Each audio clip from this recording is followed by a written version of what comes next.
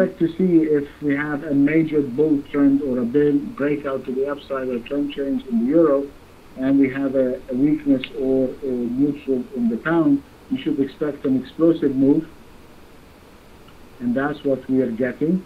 And we have our structure point from last week. If you look at the euro pound from last week, our long point was the 86.61. It was also our structure point, the 86.61, and it was also our stop. This is all from last week. And as you can see now, we took a trade above the 86.61. It is now 87.33, and that thing we just did not look back.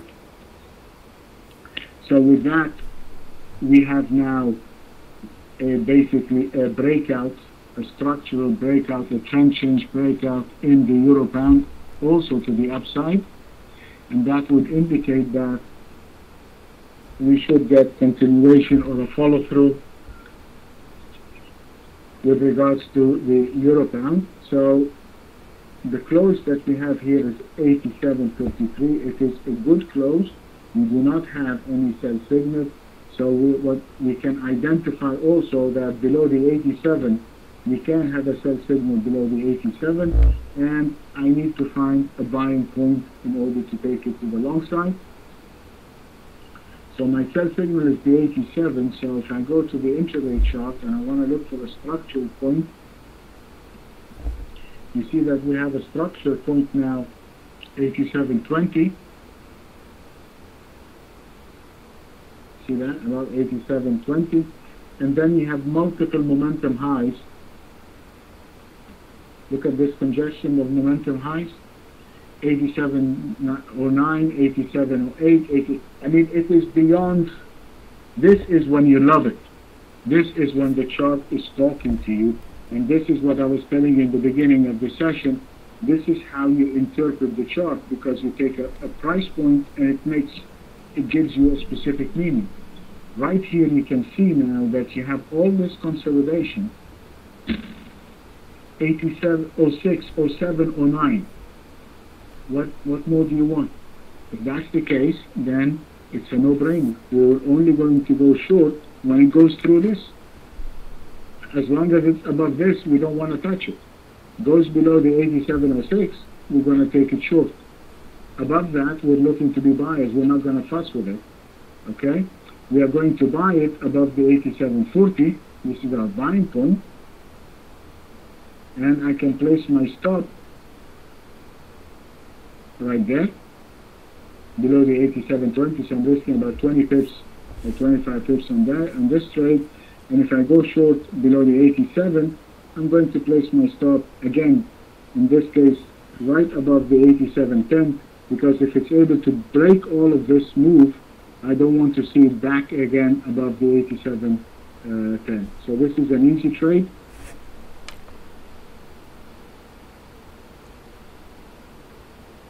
So we are going to buy this above 87.40. And if we do, we're going to place our stop below 87.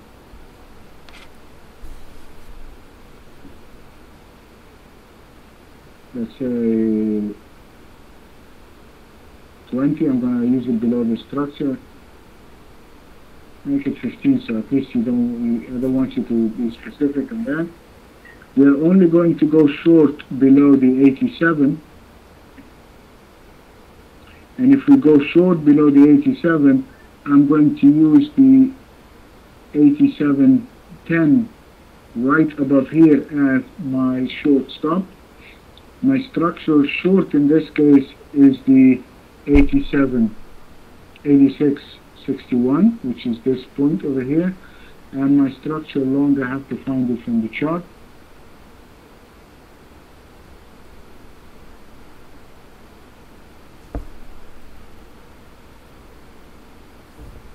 The next structure long point is going to be the 88.33.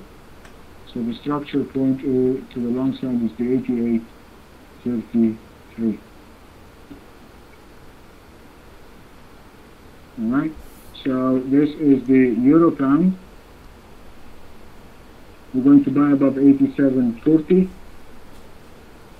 And if we do, my next structure long is 88.33. And if I do then buy it, then my stop is 87.15. I'm risking about 25 pips on that trade. My short point is 87.